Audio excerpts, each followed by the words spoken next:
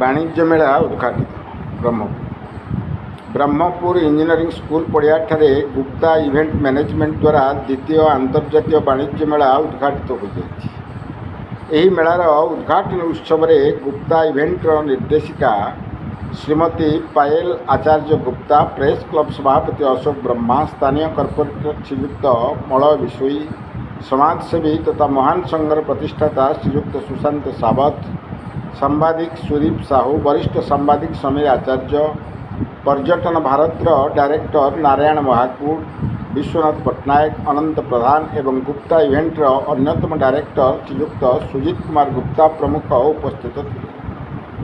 यही मेलारे बहु प्रकार व्यावसायिक सामग्री तथा रियल इस्टेट, स्टार्टअप उत्पादन, बैंकिंग, निर्माण सामग्री, आसबाबपत्र, भारतीय हस्तकला, कंसा पितलर सामग्री, गृह साजसज्जा सामग्री, खदी पोशाक, शाढ़ी, घरोई सौंदर्यकरण सामग्री समेत सुस्वाद खाद्य सामग्री प्रमुखर देश और देश बाहर अनेक स्टल मान अंशग्रहण कर।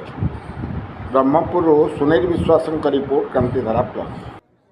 नमस्कार, मो ना Payal Acharya Gupta, Gupta event management director अच्छी।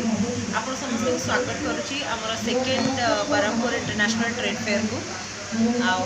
लास्ट टाइम आम बहुत भल रेस्पॉन्स पाई ब्रह्मपुर, तो एथर आम पुणी थे रज बजार को गरमा गरम बजार नहीं आसी आपंकर ब्रह्मपुर इंटरनेशनल ट्रेड फेयर, जोटा कि सेकेंड एडिशन अच्छी। आपण मानकर एटा होची आमर यूपीसी इंजीनियरिंग ग्राउंड रे एंड एटा आपणकर दिन 2:30 रु आरंभ होची, राति 10टा पर्यंत चली अच्छी। आपणकर एठी सबु प्रकार देश विदेश रु अनेक अनेक जिनस आपण पाई परिबे।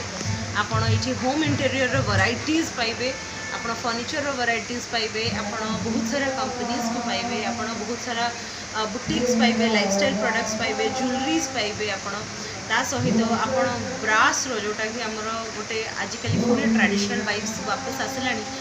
ब्रास रो हमर होम डेकोर्स रो एते वैरायटीज आसी माने बहुत बहुत अनेक प्रकार वैरायटीज आसी। अराउंड 1 लाख प्रोडक्ट्स आसी, माने लक्षे ऊपर ऊर्ध्व प्रोडक्ट्स आपणकर आमर जगार अच्छी। तो मु समस्त को स्वागत करी, आउ थे अनुरोध करी आपण मैंने आउ थे आसतु। जमती आम देश सारा ना करूँ जे ब्रह्मपुर गोटे बहुत भल पोटेंशियल जगह अच्छी, से टाइप आपण मैंने आसिक एथर पुणी सपोर्ट करूँ। जो मैंने बहुत सारा आशा नहीं आसी आपण मान भल पाइबा से भल पाइबाटा दिखाँ। Thank you.